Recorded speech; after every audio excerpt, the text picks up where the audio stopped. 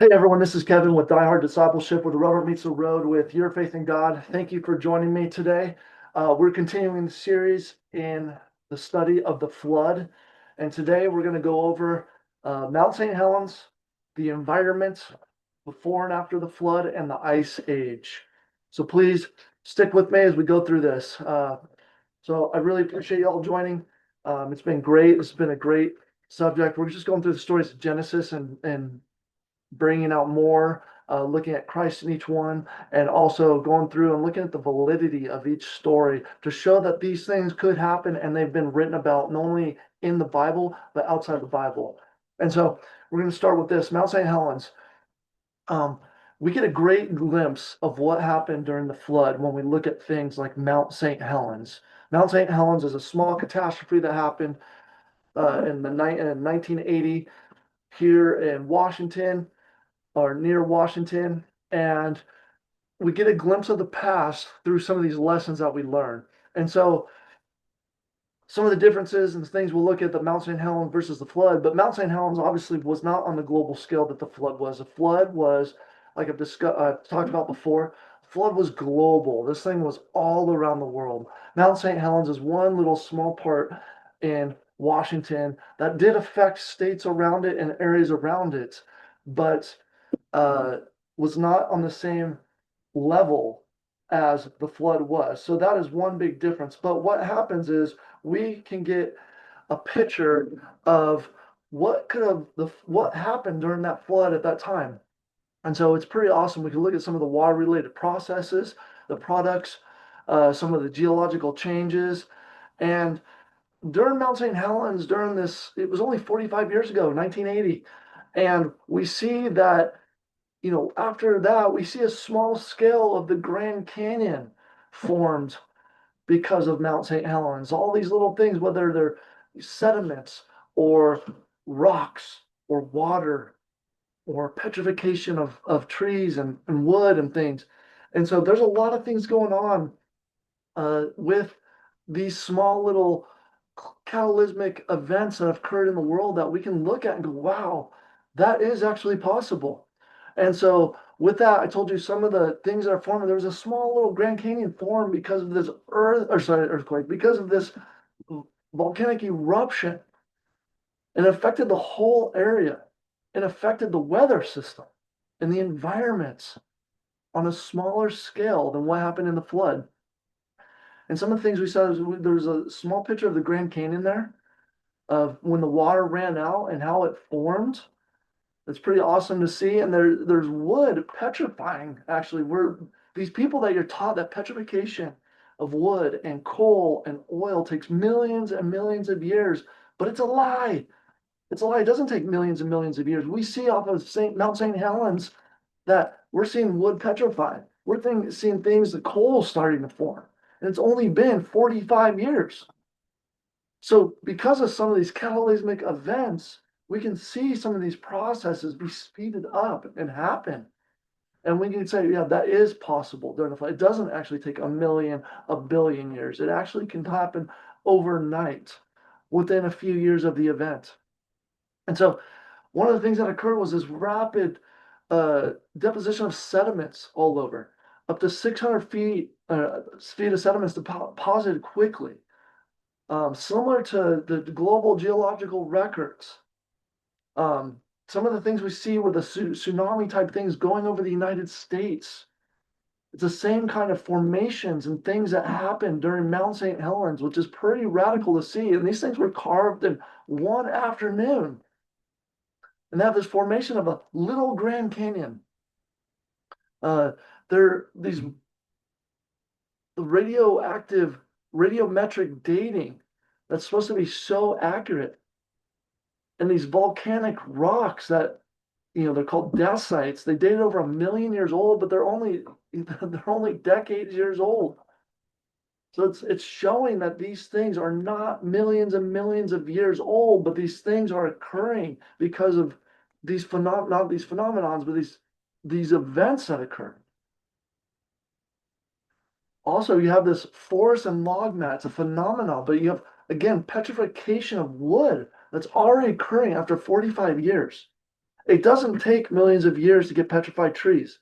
It takes an event for trees to be covered quickly, and that's exactly what happened.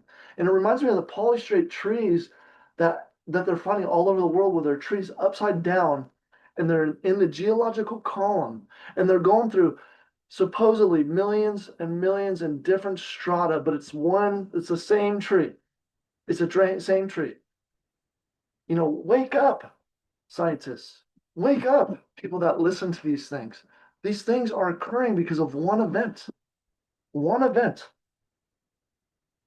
We also have a accumulation of a thick peat layer that it's basically becoming coal, is what it's doing.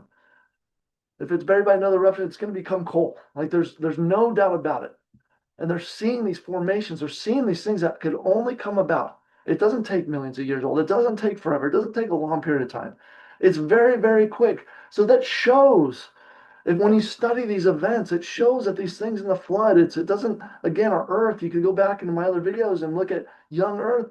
There are proof all over the world, whether it's in space, on the Earth, in the sea, or in civilization, that shows that our Earth is not as old as we've been told in schools, because the evolutionary teaching is false, it's demonic. It's false and demonic. There's also two other events that occurred in 1983, a Laki basalt eruption in Iceland. And in these events, again, one of the things that occurred that we're going to talk about is the Ice Age after the flood, and that the Ice Age is actually a viable reason that caused it to get colder and colder over time. And so one of these events we could look at is this 1983 Laki basalt eruption in Iceland. And it was so catastrophic, flood lava eruption, enormous release of toxins, aerosols, uh, sulfur dioxide, uh, aerosols into the earth that blocked the sun. It caused people, 25% of the Icelandic population died. It was one of the worst modern disasters. Widespread famine, crop, livestock destruction in Iceland. It created dry fog, haze over the northern hemisphere, not just Iceland, northern hemisphere. And there was enormous release of aerosols, and it showed that actually got cooler in these areas. It actually got cooler in these areas. Another example of this is a 1991 eruption of Mount Pinatubo in the Philippines.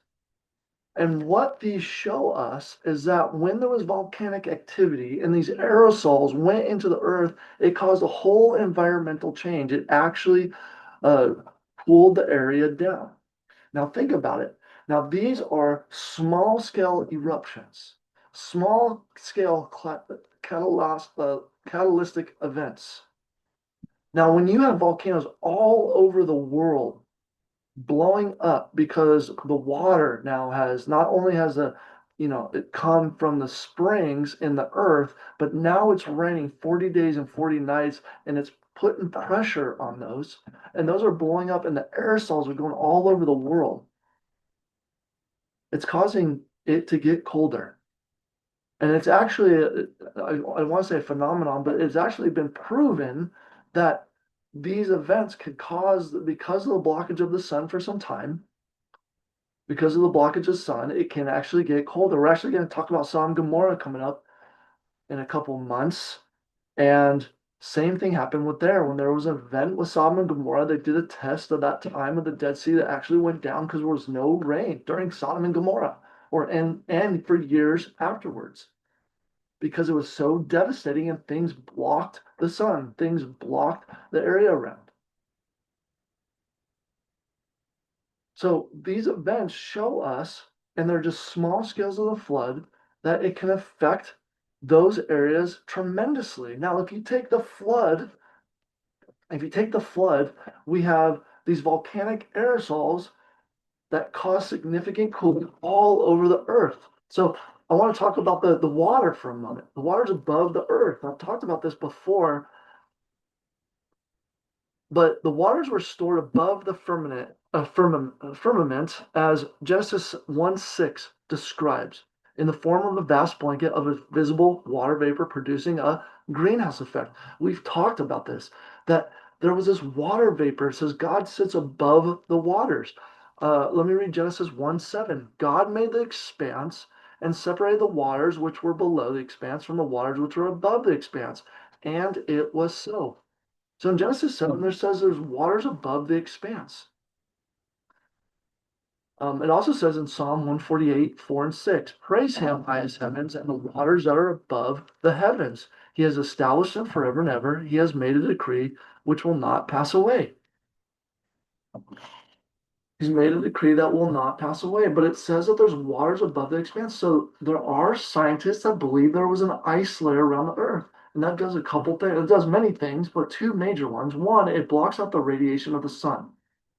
Two, it causes more oxygen. It traps the oxygen in, causing more oxygen. There was a lot of plants on planet Earth at one point. There's a lot of people think coal is a product of plants being covered in the flood. And there's a lot of coal beds out there. Huge ones, miles and miles deep, miles long, miles wide. And we know that coal is not very old because they found tools. They found, and I know they found a bell. They found a doll. They know people were around when coal was being formed. And they found tools over in, I want to say Asia, somewhere in a cave, or maybe Russia. Sorry, I can't remember off the top of my head, but they found these tools and now they're saying, well, these are the oldest tools in the world. No, they're not the oldest tools. There's no tools older than 6,000 to 10,000 years old. These tools were formed and tossed around with all these plants as they were being formed and turned into coal. And then they got mixed in after the flood, or as a result of the flood, I should say. So these waters above the earth, they're stopping the radiation. And so remember, it caused long life, caused bigger animals, bigger plants. Go look at our video. Go look at my video on life at the time of Eden. There's bigger animals, bigger plants. If you look at the children of Israel, when the spies go out in numbers, they pull a great plant. It takes two of them to carry the vine because they're so big. Bigger people, bigger animals. You have dinosaurs, reptiles continue to grow until the day that they die. And so when you have more oxygen, the Brachiosaurus had the nostrils the size of a horse, and yet it was 80 tons and able to take in enough oxygen to breathe. That couldn't happen unless there was more oxygen. We talked about also the amber that the mosquito that the Jurassic Park bases their movie on, and they take the DNA and they make dinosaurs. What they actually found was when they injected the oxygen bubbles, the bubbles actually had more oxygen in them than is in today's environment. So there's a lot of things that show that there was more oxygen, bigger animals, more plants in this world. And because of that greenhouse effect, because of that ice sheet around at the top, it says God sits above the waters. And it says the waters are above the heavens. And because of that, it caused, it caused that greenhouse effect. Temperate climates, warm tropical climates, perfect for growing, perfect for much fruit. And what's interesting is this concept of the water canopy over the earth. It appears in many writings, both ancient and modern. There's a lot of people that believe this. There's a lot of people believe that there's this canopy of water covering the earth. And with that, the water prior to the flood was interesting. They didn't have rain until the flood came. And so in Genesis 2, 5 and 6, it says, now no shrub of the field was yet in the earth, and no plant of the field had yet sprouted. For the Lord God had not sent rain upon the earth, and there was no man to cultivate the ground. But a mist used to rise from the earth and water the whole surface of the ground. So in Genesis 2, it didn't rain until Genesis 7, till chapter 7 when the flood came. There used to be a mist that rose from the ground. It rose from the ground. And that's what water. And if you look at Genesis 2:10, let me read it. Now a river flowed out of Eden to water the garden. And from there, it divided and became four rivers. These rivers were fed by springs coming from the ground. And there was no rain. They didn't even know what rain was. And that's why it was such a crazy concept for Noah to build a boat, because no one had ever seen a flood before. No one had ever seen rain. They might have seen a flood from a mist, possibly, or maybe the water flooded from the midst of the ground, but they never seen rain. So it was just unheard of that Noah would build this boat. So with that, this had effects on the longevity of people's lives. Remember, we talked about the Sumerian kings list that talks about these kings, and this is a source outside the Bible. These kings lived long years. And then it says the flood occurred, and then the lifespan starts to go down, just like Genesis. You know, Noah says he was 600 years old when the flood started, long life. And then after the flood went down, he lived till 950 years old. But in general, life started to go down. At that point, you're getting the rays from the sun. You know, there's not as much oxygen on the earth, starts to become more disease. And by the time you get to Noah, he lives to 120 years old. And this is, you know, Josephus talks about these long lives as well. And he also mentions historians from Babylon and Egypt that talk about these long lives. So it's not something that just the Bible talks about. So these other writers actually confirm the validity that these things are possible. And with that, there's a hyperbaric chamber system. And when if you look at Genesis 7, we're going to start talking about the waters. So you have this water before the flood, now leading up to the flood in Genesis 7:11. It says sometimes this verse is linked to the floodgates of heaven. Because if you read the verse, it says in the 600th year of Noah's life, right? The flood starts when he's 600. The 600th year of Noah's life, in the second month, on the 17th day of the month, on the same day, all the fountains of the great deep burst open, and the floodgates of the sky were opened. So what happened? God breaks the floodgates of the deep. Some people, where these fault lines are, we have these huge fault lines, breaks them open. The water comes out.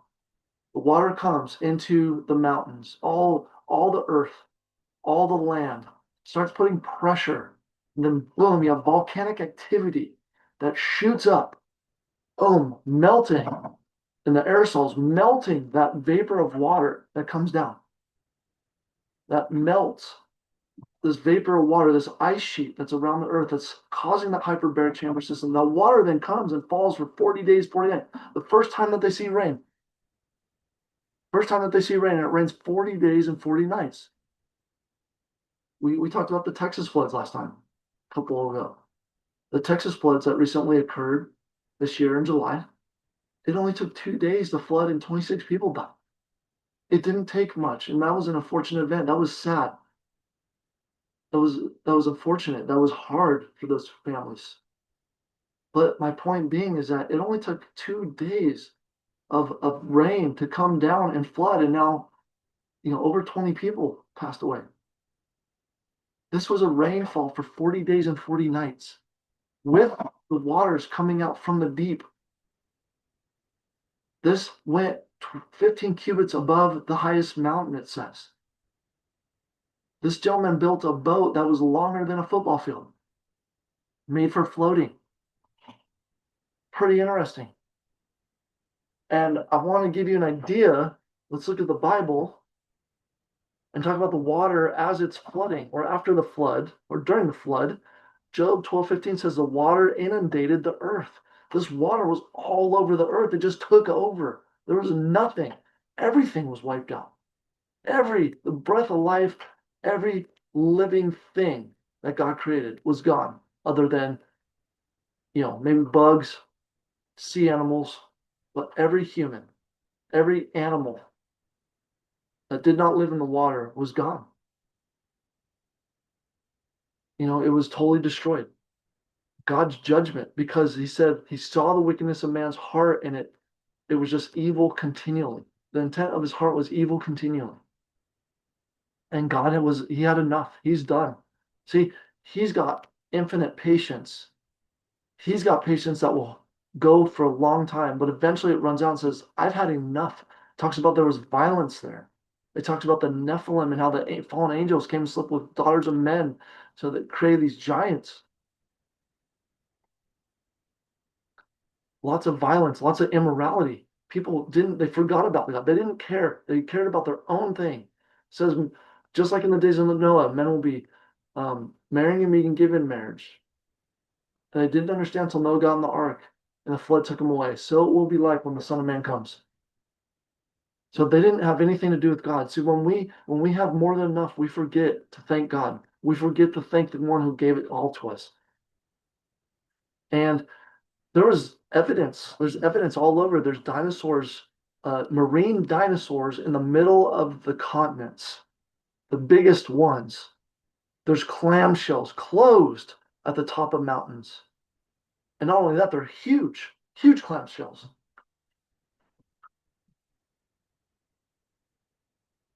They're finding all sorts of marine fossils. 95% of fossils are marine, and they're finding those at the top of the mountains, the highest mountains, Andes, Himalayas, everywhere around the world. And there's evidence and of these environmental changes. Some of it, deserts. There's studies. Deserts have give evidence of former humility and fertility. Sahara Desert has evidence that it used to be a fertile place. Why? Because it was underwater. It was underwater. The torrential global downpour of rain, immense quantities of volcanic dust were blown skyward. Everything. This, again, the volcanoes just blew this up. Gigantic sprays of water and turbulent surges of the atmosphere. I mean, this was just unprecedented. This is why you have the Grand Canyon form. You had it form in the time of the flood within a year. This is what Mount St. Helens shows us, and these other two eruptions I mentioned show us that it is possible that all these things take place when this flood occurs. I just want to talk about this book, The Genesis Record. Henry Morris wrote it. It's a commentary, scientific commentary of Genesis and the flood specifically. Here's some things that changed because of the flood. The oceans became more extensive, now containing all the waters that were above the firmament. So basically, the oceans became more extensive because the water that was the ice sheet now rained down, and now there's more water on the earth. Two, land areas decreased significantly. There was less land area because now there's more water. Think about it. There, that city of Atlantis, it's always like a joke or a fantasy, or they have that movie Aquaman, and there's all these water cities underwater. Those are true. There's actually many cities underwater. They're not finding the city of Atlantis, they're finding many cities underwater. Why? Because it's true. And they want to play off, people want to play off like this is an impossible story. This is not an impossible story. Also, thermal blanket dissipated, meaning more radiation for people, lower life expectancies. Mountain ranges were uplifted, just like what we read. The mountains rose. Sorry, I meant to read Psalm 104, 6 or 9. The mountains rose, the valleys sank down. I actually want to read that. Psalm 104. Psalm 104. Listen to this. He established the earth upon its foundation so that it will not totter forever and ever. You covered it with the deep as with a garment. The waters were standing above the mountains. At your rebuke, they fled. At the sound of the thunder, they hurried away. The mountains rose and the valleys sank down to the place which you established for them. You set a boundary that they may not pass over, so that they will not return to cover the earth. Sounds just like the time of the flood. The Psalms, the mountains rose, the valleys sank down because there is just tremendous earthquakes, tremendous tsunamis, tremendous volcanic activity, tremendous shaking of the whole earth. Other things that occurred, winds, storms, rain, snow became possible because why? Because now there can be weather. Now that the earth is there, the heat's mixing with the cold, now there can be extreme weather. The environment became more hostile due to increased harmful radiation from space. Also, there's tremendous glaciers, rivers, lakes formed. There's water everywhere. The earth became unstable due to all the movement of the water and land. Again, you have oil forming, you have coal forming quickly. Human lifespans decreased after the flood. These are just some of the things that came based on, again, the commentary from the Genesis record. There are major things that have, and it goes on because scientists have done all sorts of work on this. And this leads into the Ice Age and why the Ice Age formed. Why did the Ice Age form? We're told, or we're taught, or evolutionists teach that said, hey, there's been about 500 ice ages or hundreds of ice ages over millions of years. False. That is false. There have not been. In fact, the creation research, the creation scientists, and they are scientists or astrophysicists that are, believe in creation. There are biologists that believe in creation. There are, chemists that believe in creation. There are many different types of scientific um, disciplines that believe in the creation story, and they're looking at it from their perspective of their study, their specialty. But here, there's the heat model, and there's a guy, I believe his name is Jake Henry, off the top of my head. Sorry, I can't remember off the top of my head, but I believe his name is Jake Henry. But they have the heat model that stands for hot oceans, evaporation, aerosols, and timing.